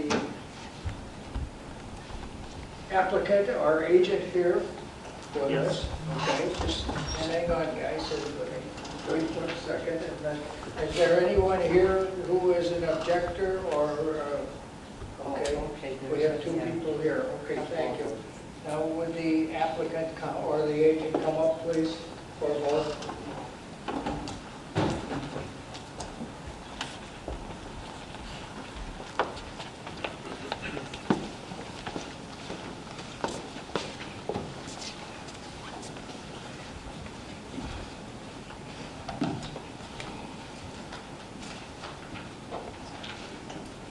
Please state your name and address for the record. Hi, my name is Brennan Downs, and my address is 1 North State, Chicago, Illinois, 60602. And I'm with Borrego Solar. Do the rest need to know something? Reintroduce everybody for this case. And Melissa Samaru, 1 North State Street, Suite 1500, Chicago, Illinois, 60602, Borrego Solar Systems. Jason Bowling, Greenberg Barrow, address is 21 South Evergreen Avenue, Arlington Heights, zip code 60005. Thank you very much. First of all, I'd like to thank the commission and the staff for all the help that we've been given and for the time that you've given us here. Just briefly, we've been developing this project since about December, and met with neighbors a couple different times and talked with them and welcomed the comments. I know they're here and looking forward to understanding if there are any concerns. And as well, we've met with the township and all the regulating bodies, and we're happy to hear what their concerns are as well. And you have this letter from the highway commissioners asking you to... This is the handout that we got. Yeah. From Wilton Township Highway Commissioner? No, Yes. we do not have that. The Janino's utility. No problem. I can give you a copy, my copy of the letter if you care to. I think there is actually up on the desk. Okay. Yes, there are. Yes. Thank you. Yeah, you could take both of them, really. It has nothing to do at this point with the zoning, but it's something that I think you're going to need to address to make everyone Oh, there's happy. another one here. No, this is PM, so. Oh, there's another one.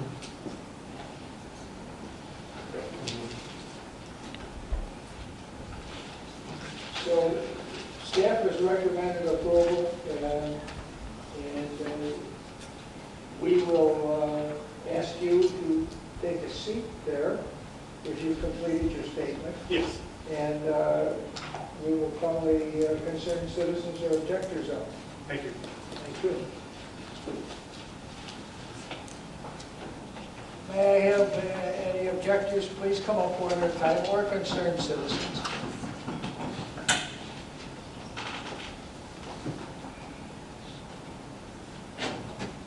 I'm not labeling you one way or the other, you'll tell me what you are. Please state your name and address for records. Hi, Julie Wodinski, and 29642 South Elevator Road, Manhattan, Illinois, 60442. We're the residents. I'm a resident right next door to the property. Okay. Most of my questions were addressed and answered by Brango Solar staff. However, I just had a couple questions that I wanted to have answered.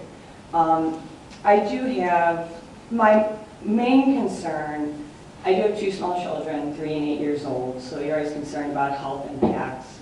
There's not a lot of research that I've been able to find with health consequences. I did notice on page 5 of the document that was passed out, it says at 150 feet, the levels drop to 0.5 milligrams. That's referring to like electromagnetic fields. And I had asked for some statistics or some information, I never received any. So I was wondering where that number comes from. There's no source listed. I don't know if the commission would know that, or... Yeah, just ask us, and don't ask them, ask us. Okay. Address your questions to us, and Okay. we'll have them answer your concerns from the public. Okay. I have a couple questions, so Sure, should go I ahead. ask all of them? Okay. So that was one question, just where that number came from. So I actually was interested in the new Senate bill that was passed and the AMA requirements for solar farms. So I called the Department of Agriculture. I talked to Brian Rutger. He was telling me that actually Brango Solar's Director of Policy and Business Development in the Midwest talked at a local Illinois Soil and Water Conservation District annual meeting. And she made a comment that typically they like to plant native prairie plants around solar panels. And I guess the Department of Ag is very in favor of this because they're concerned about bee decline, monarch decline. And the farmers in the Illinois Farm Bureau is very concerned because if the monarchs are listed as endangered, the herbicide and pesticide use will be extremely limited. So I was really curious about what exactly the seed mix, or are they just going to be grasses? Are there going to be forbs for these monarchs? I was curious about that. And then, as far as the shrubs or trees around the outside of the fence, I was wondering if there's any information about like what species would be chosen or put there. And then finally, my understanding is there really won't be lighting, like it was, and I was just a little confused about that, you know, what exactly was required by code. So. The only lighting requirements usually are, if there is any lighting, it's right near the transformer, which is in the center of the field area, and where the switch gears are. And usually they don't have that. Usually they have a receptacle, a GFI receptacle there, and you bring your own portable light when you work. So that one I can answer. I was an electrical contractor for 40 years. Have you completed? Yeah, those are my questions. Okay. Then if you would go back to your seat, we will have them respond to you after we hear any other concerned citizen or objector. I put you down as a concerned citizen because those were very concerning questions. Yeah.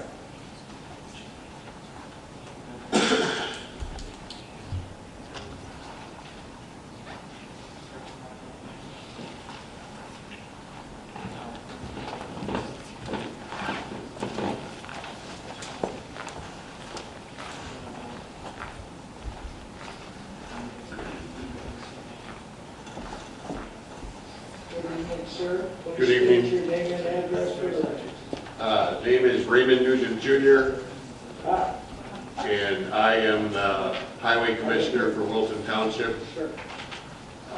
My address at the township is 29430 South Quigley Road, Manhattan. I'm sorry I didn't recognize you were reading there. I should have. Well, there's a lot of bald fat guys around. Well, I understand. I had emailed Janine because I didn't think I was going to make it tonight, but my plans changed. Some of the things that you've addressed, the decommissioning at the board meeting, that's one of our major concerns. Sure.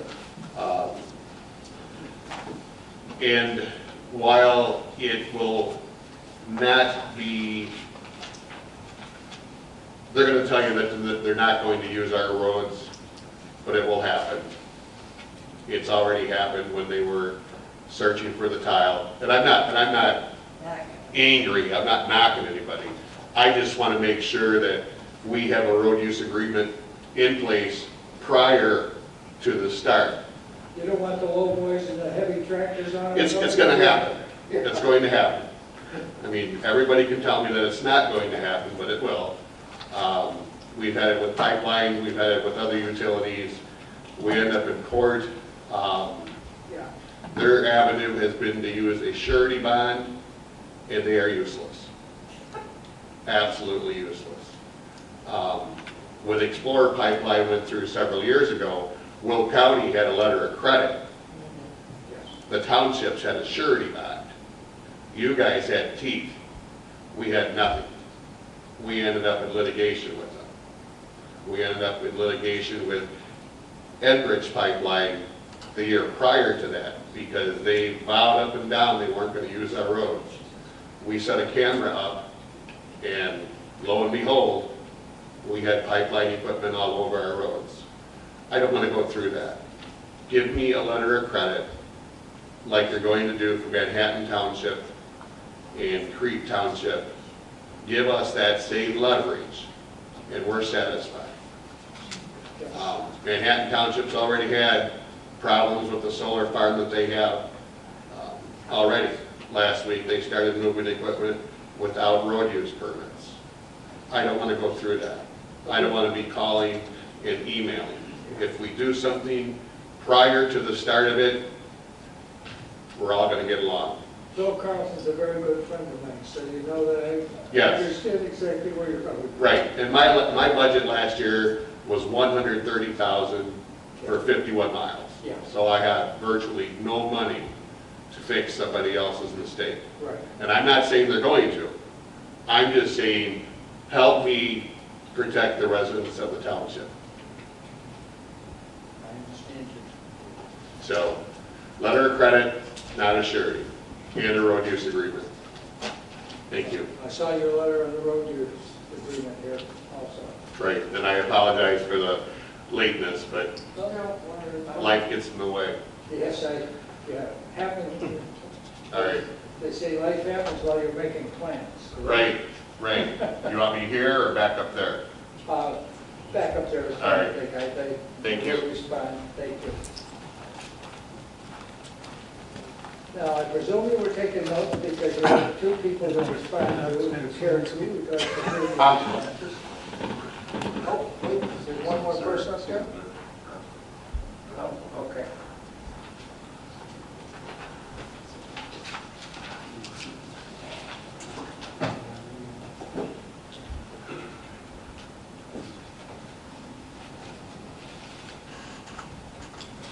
So I think it's probably easiest for us to go in order of the, I think it's Julie's concerns first.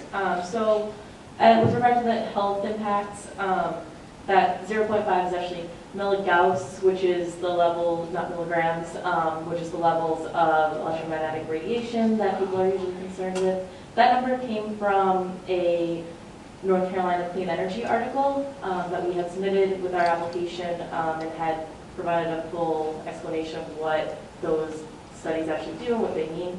And we'd be happy to provide that to you. We actually have a copy up there in the stand, so we can give it to you afterwards if you'd like. And then I will turn it over to Brendan and Jason. Okay. So you were referring to magnetism in your... Yes. Yes, thank you. And so, with respect to the seed mix that we use, so generally what we'll do is we'll work with the conservation district to put together an acceptable seed mix. It's usually a low grow seed mix where it'll grow fast and it keeps out the weeds. And then just a quick note on the discussion with that our policy director gave. She actually sent a note to me about what she actually said, and she said we plant low growth seed mix locally represented grass and work with the local jurisdiction to determine the right one. So there's definitely lots of discussions about pollinators. I think the one issue with pollinating plants is when you establish an area, And then after 20 years, and this is a special use permit that's not permanent, and that's an area where, now it's a habitat for maybe endangered bees, and we would be putting it back into farm production. I think that's the only kind of biggest concern that most people have with respect to putting in pollinators. But generally, we just work with the conservation district to determine what the right seed mix is for that area to ensure that we keep the weeds down. And we do come in and mow 3 or 4 times a year, usually a little bit more in the beginning to keep again the weeds down, and then after that, 2 to 3 times a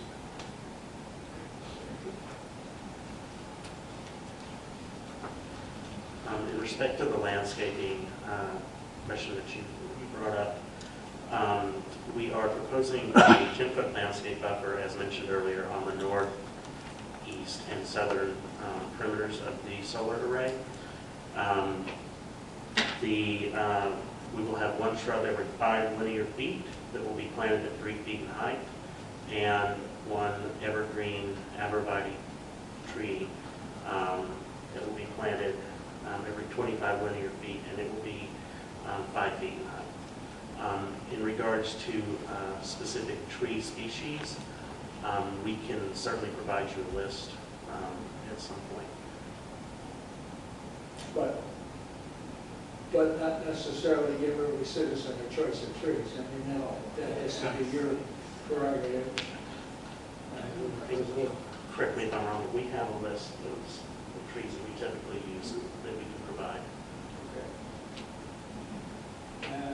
Does anyone care to comment on what the highway commissioner said? It was an independent elected official, by the way, and no one is his boss but him, so it's advisable to keep him happy. Sure. So I think the first concern was with decommissioning, and as we had mentioned before, that's addressed within the lease and also within the AMA, and also we know that's a really big deal in Will County and that you guys have your own regulations for that, so we're definitely adhering to all of those. With regard to the road agreement, we're more than happy to engage in a road agreement to make sure that any of our consultants that do go to the site, make sure that they stay on the route that we outlined in our anticipated truck traffic plan. We have done this in other townships. I know that it was mentioned that this hasn't stayed true, but the intent is not to use any of the township roads, just because we do know that it takes a lot more for those roads to be fixed and maintained. So we'd be more than happy to engage with the road agreement with the commissioner. You forgot the letter of credit. That would be addressed in the road agreement. The hope is that we can put one up within reason. But because we really don't expect to use any other roads other than IDOT roads to come off the interstate down 52, that's just all IDOT. So hopefully we won't need to put up a letter of credit. Our individual elected road commissioners are very powerful in their own way. Yeah. Understood. Okay. Perhaps a split of Shirley and that. Well, you'll have to work it out with him. Yes. But I would venture to say he's a very determined individual, and he knows what he wants, so be prepared. Yes, then he wants to say something now. Well, that might behoove you to have it cleared up before. You have to come down so you go on. Oh, okay. Understood. On our minutes. Now, you heard them, all 3 of them.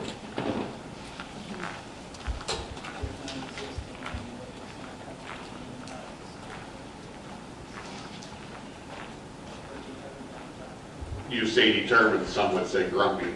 No, I'm going to say determined. I know how to work with But you it. just heard them state, she said, I hope we don't have to put up a letter of credit. I heard her. There has to be teeth. They've already been on the roads. And I know what's going to happen. We can list specific roads, but I know dealing with truck drivers, because I own my own trucks, I also fired, I'm the highway commissioner, I know what happens. They will be everywhere but where they're supposed to be.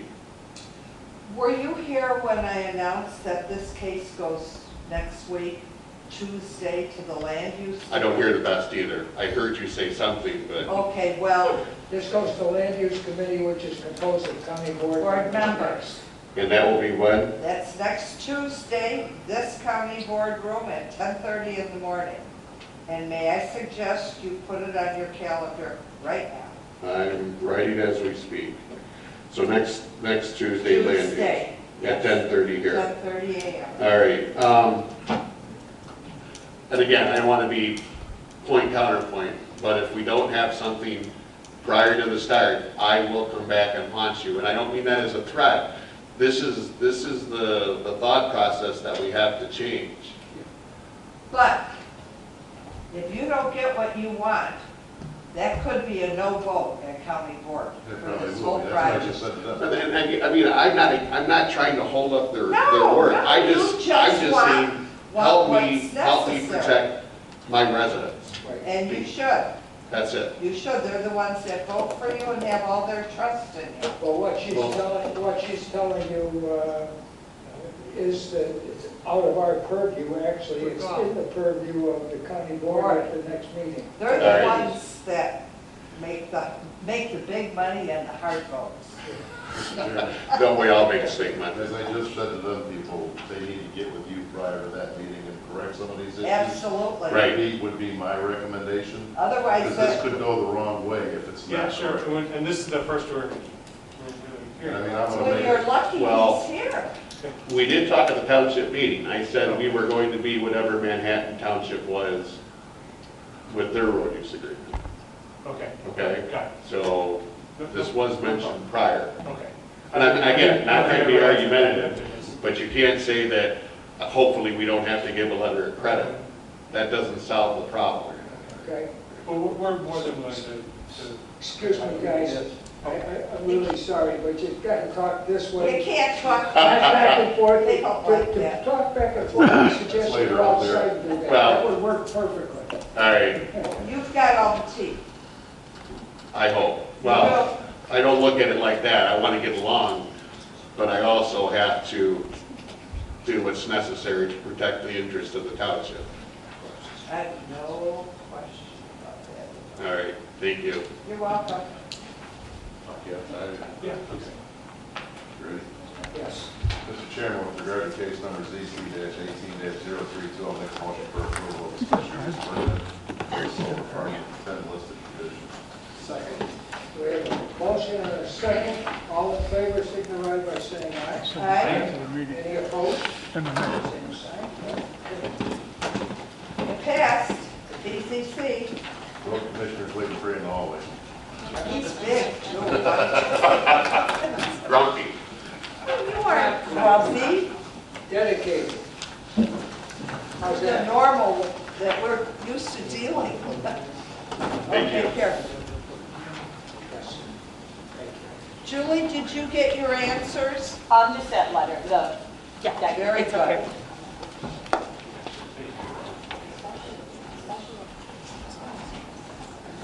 I like that, ESC health question because of her kids. You're like, we haven't had it. Okay, I think we have covered. No, we still have. I know we still got one, couple things here. All right. I don't understand.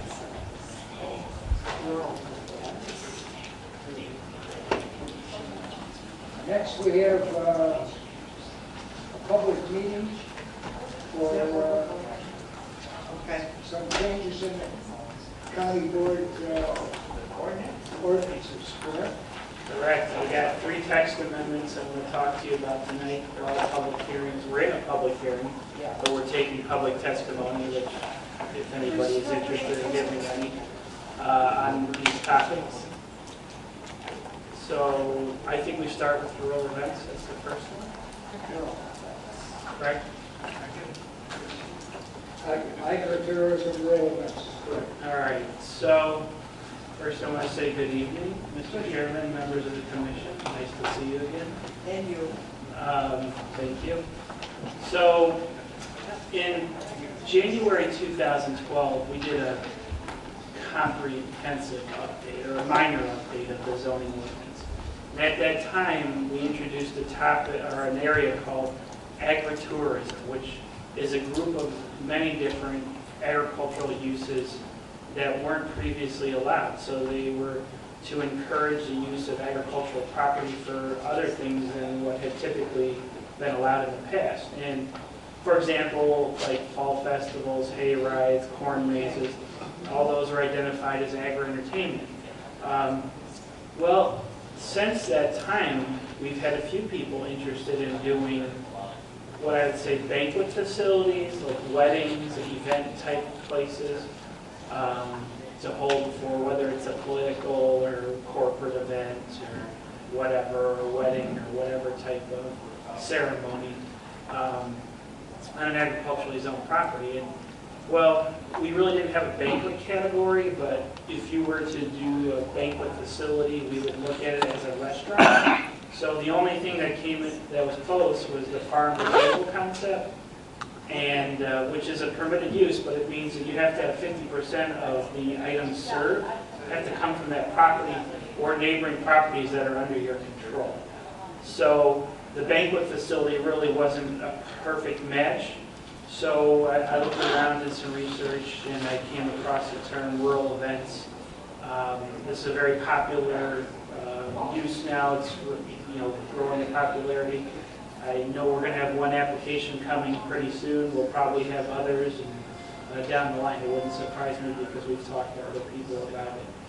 So with that being said, there's the text amendment to allow rural events as a special use permit in the A1 and A2 district. Okay, see the next slide. So this is our use table. So the proposal is to amend the use table, identify rural events under agritourism as a special use permit in A1 and A2. And then the next slide. And then the definition of rural events is events and activities that are operated for the profit and are for profit and not open to the general public. Examples include wedding barns, event barns, or use of the property, or any portion of to host weddings, parties, receptions, and other special events. So with that being said, that's what the county is looking to do, and we're looking to take any public comments tonight. And that'll be forwarded to the Land Use and Development Committee next week. No one's here to do a public comment, but I'd like to make a statement. Go ahead. The very first event went like this before there was any zoning, was owned by the county. Okay. With Round Barn Farm. And then Oh, they wanted to sure. cut a deal with Peatone and Manhattan, I said Peatone, Manhattan. Yeah. And now the Park District has control. And we actually had food catered in there while I was there, so. Yes, that's right. I don't know if it was the Park District that catered the food or the county, but somebody did. Okay, all right, that makes sense. Yeah, that one's been around. That was a long time ago, You're yes. not kidding. That was a long time ago. So people have been thinking about this for a while. Yeah, and they've probably been doing it illegally, we didn't know about it. Well, You know, the Farm Bureau always has their pork chop fries and their. at Will County Fairgrounds. Yeah. So that's illegal. Yeah, out on farms too. on the Yeah. farms. So, Okay, so this is sort of what they've been working on then. Now, I have a question regarding this. If this is the, I'm thinking, while you're talking, I'm thinking about my barn, I forget it. Yeah. I wouldn't want to It has leave to be it. building codes. Yes, exactly. But what about the barn? It's going to have to be built to commercial code. I and was gonna because say sprinklers, it depends on bathrooms. there's the building classification that would require sprinklers. It all depends on the amount of people, how large is the building designed for, and what are the specific events. And it's either an A2 or an A3 building classification. And there's different thresholds for sprinkling, and sprinkling is not cheap. It's an expensive No, thing to it's do not. when you are on a well, because you have to have a reserve Right. system. Yeah, it's a much better system mostly if the food is catered in. And Because if that's you certainly wanna- a possibility as If well, you want to too. cook on site, right away, county demands a grease trap and all the other things, you know? Yeah, plumbing itself would be horrendous. That's right. Yeah. And are you going to, I mean, are these buildings going to have to be brought up to code? Well, I mean, I only am aware of one that could be, well, is likely coming before the commission. And it will have to be all done to code for anything that they plan Yeah, to do. we're talking about people, kids. Yeah, but when you build brand new buildings and you have a facility where you already handle people, it's not terrible. I mean, I don't want to mention different facilities, but, you know, I'll just say pumpkin farms and things like that. Okay, all right, yeah, I know. Well, I automatically think of outdoor, Yeah. you know. So there's all different scenarios. There could be restroom facilities on site. There could be temporary facilities in a restroom trailer. You know, Okay, the but- health department can work out Okay. arrangements. So that would be the health department's requirement. Yeah, so, and we require signatures from other offices in all our building permits, so if that's the plan, then that's the plan. It may be completely catered, they may have a kitchen on site. All right, has the health department been involved in all your, oh, all right, Yeah, well, we've been working with the health department on these issues, yeah. all right. Oh, and I also want to point out that liquor is a special use permit that is available, ancillary liquor in the A1 zoning district, and that changed with the agri-tours. Well, it was, I remember a case not too long ago where we had liquor in the C3 zoning district,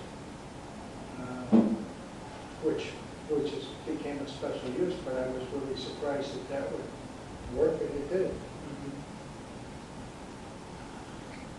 Okay. Thomas, nothing? Not a question in the world. How about a statement? Negative. Negative, no statement. Michael? Michael? None. Okay. Yes, it's bedtime, I think. All right, I think the next topic is then, I guess I do Why have a do we question. Was this scrap supposed to be Louis? one, Matt, that we had officially open for public comment? We I'll did. let the record, I'm just, it's a public hearing. I mean, okay, it is a check. public hearing for the text. Yeah, I'll recall. yes. I Well, always he's wondered why opened we it. did that. He opened it. This is the public hearing portion, so I think we're fine. Yeah.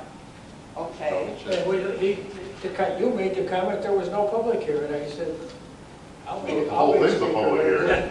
Yeah. Okay, so what's next, Brian? All right, so the next thing is tasting rooms. And Oh, that's, okay. so I'll give you a little bit of history here.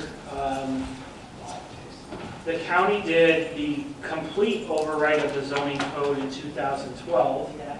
And at that time, we hadn't really had a huge demand for tasting rooms. So I think it was about a year or two later, the zoning administrator came back because there were people interested in doing tasting rooms and proposed language to regulate tasting rooms in different districts. And at that point, in order to have a tasting room where beverages, alcoholic beverages were, handed, were given out that people could sample the products that you make, you had to take a tour of the facility. So if you wanted to go to this brewery, the only way you're going to get to sample the beverages is if you took the tour. If you want to go to this distillery, the only way you get to sample the beverages is if you took the tour. So a couple months ago, we were approached by Black Dog Distillery, which is in the Plainfield, Naperville area. They went through us a while ago for their permitting, and they've been operating for a couple of years, I believe now. And they had approached the county and asked, well, would it be possible to modify the definition because it's hurting our business? They want to open things up and attract more business into their tasting room. Not everybody wants to have a tour to sample the beverages. So there, pointed to other jurisdictions that didn't have this type of requirement. So, I talked to our committee, I talked to the liquor commissioner, I talked to the county board chief of staff, and I tried to get some direction. And I eventually went to the Land Use and Development Committee, proposed some language, which is the language that's before you tonight, to basically remove that portion of the code that required the tour. Okay, to the next slide. So this is the use table, this is part of the text amendment, and at the same time, which seemed kind of odd, the county was allowing tasting rooms for distilleries and breweries in the industrial districts, but it said as a permitted use. It was permitted by right. But wineries were a special use, so, well, what sense does that make? They were pretty much all the same thing, it's just a different type of alcoholic beverage. So the committee also suggested that I propose the language and, prepare the documents that would show changing the special use requirement to making it a permitted use. So the use table now shows that a tasting room is permitted for wineries, breweries, and distilleries in the industrial districts. The next slide. All right, so here is the modified definition, which basically says the sale of beverages produced on premises for off-site consumption is a permitted accessory use on the licensed premises. The facility may include a tasting room for the sampling or purchases of beverages for on-site consumption, so that it removed everything else about the tour. All right, and then the next slide. So working with the state's attorney's office, Matt Guzman suggested that we had a definition of tasting room. So we didn't have a definition before, so this is a new definition that will go in the back part of the zoning code in the definition section, which says, tasting room means a designated area within a craft brewery, distillery, or winery at which guests may sample and purchase alcoholic beverages and where retail sales and merchandise related to the products being tasted are sold. All right, good. I got one question for you. How about people who have retail sales of wine and they just ship it out of their places? They frequently let the people taste the wine before they buy bottles or cases of it. Yeah, so the zoning does not get into any of that. I do know the state is involved with specific licensing and who can ship, but there's no local zoning control of that. And that certainly is, there wouldn't be anything that the zoning would try and get in the way of. I do want to make it clear, though, that the tasting rooms are for the products produced on site. So this isn't a liquor store. Yes. If it's Black Dog Distillery, it's their products, along with anything that they may mix into the drinks to make different beverages. If it's whatever brewery, it's their beer. It's not bringing in other products where this is now a bar. It's only the products that are produced on site. Who's going to monitor things like that? No, it's just like every other thing with the Okay. zoning, All right, sorry, yes. Did you see a truck order the St. Pauli girls show up? then you know who monitors? The neighbors monitor, competitors monitor. Well, you have a good point. Okay, all right. All right. Very good. So, that was the public hearing for the last one tasting room. Yeah, okay. Don't we have another one? Yep, we got one more public hearing. Now, this is for the building code. Oh, yeah. And this pertains to expired permits, which was a big issue that the county's been trying to address. And during this process of looking at how are we dealing with these expired permits, we noticed that there was a reference to recording notices of violation in the circuit clerk's office. We don't record notices in the circuit clerk's office. You record notices in the recorder of deeds office. Yeah. So there was a wrong reference. And, I'd been in there for, I don't even know, years. So during the 80s when things collapsed, they had whole subdivisions ready to go with building permits that they just sat on, and they all ran out of time, I'm sure.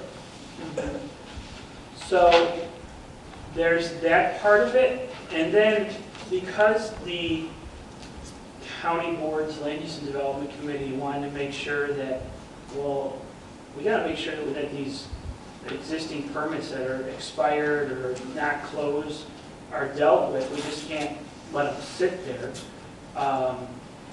The county board suggested we modify the section of the zoning, or sorry, the building code that says you will not get another building permit until your expired notice of violation permits are closed. So you know, I haven't even told you what a notice of violation is. There's another part of the building code that says if you have an expired permit and you don't finish the work in there, or you do the work but you never have it inspected, the county will record a notice of violation in the recorder's office. This is after trying to get them to close the building permit, so we don't do it right away. We give them an opportunity to close the permit, extend the permit, apply for a new permit, modify the permit. But if we get no response and we record a notice of violation, that gets recorded on the PIN, so it goes in the recorder's office. The recorder's office sends them a letter that says a notice of violation has been recorded on your property. This is not a notice that blocks a sale. All it is notice to the property. It's not a lien, doesn't block the sale of property, between homeowners, although it may make somebody say, well, what's going on with this? How come you didn't close that permit? But the whole point of that is to let future buyers know and the existing homeowner know, or business, that, look, you took out this permit and it wasn't finished. And if you have an interest in buying this property, you can see that that homeowner applied for this permit and never completed the inspections. So really it's to provide notice. And, I think it's a fair way of dealing with things. We also deal with more serious life safety issues by going through the court system. So if there's something that's a more important issue where life safety is a big concern, then we go to the courts. This might be because Joe homeowner didn't close his roofing permit or didn't do this with a window permit. So if it's really important, then we go to the court system. If it's just saying they never finished this, then we record the notice. Do you know what else that hurts? Tremendously. It hurts townships, it hurts villages, because of the fact that they don't go on the tax records until they get a... So the building permit's final. And that's right. So these people are living tax-free for years if they don't get pushed. So with that being said, I'll go back to the two things this does is corrects the set of the recording in the circuit clerk. It says recording in the recorder of deeds, and then also says that if you come in to our office and you try and apply for another building permit and you have open permits that were subject to a notice of violation, you're not getting another permit until you fix those other permits. I think this is a good way to get everything wrapped up. I mean, you found a way to do what you've been trying to do. How about us sending that on to the assessor's office too? The notice of violation? That way the assessor knows that these people are now taking occupancy without an occupancy permit, and So- they can start assessing the property. I think we'll have to add that comment to You should. That's the good. testimony today, and we'll forward it to the Land Use and Development Committee and take a look at it. Thank you. Matt, is there any other action they have to take tonight? So we'll close the public hearing at this point? That's, Would you, I don't have anything else to say unless you have any other questions. Second, somebody? Got it, like this, second. Yeah. Like this? Yeah. Okay. Okay. All right. All right. Very good job. Is, Matt, very good job. is there any other This business that we must attend to, or anything else the county wants to tell us? I don't think so. Okay. I don't know. I answered first. Can I ask for a motion of adjournment? So moved. Second. Moved and second. All in favor, say aye. Aye.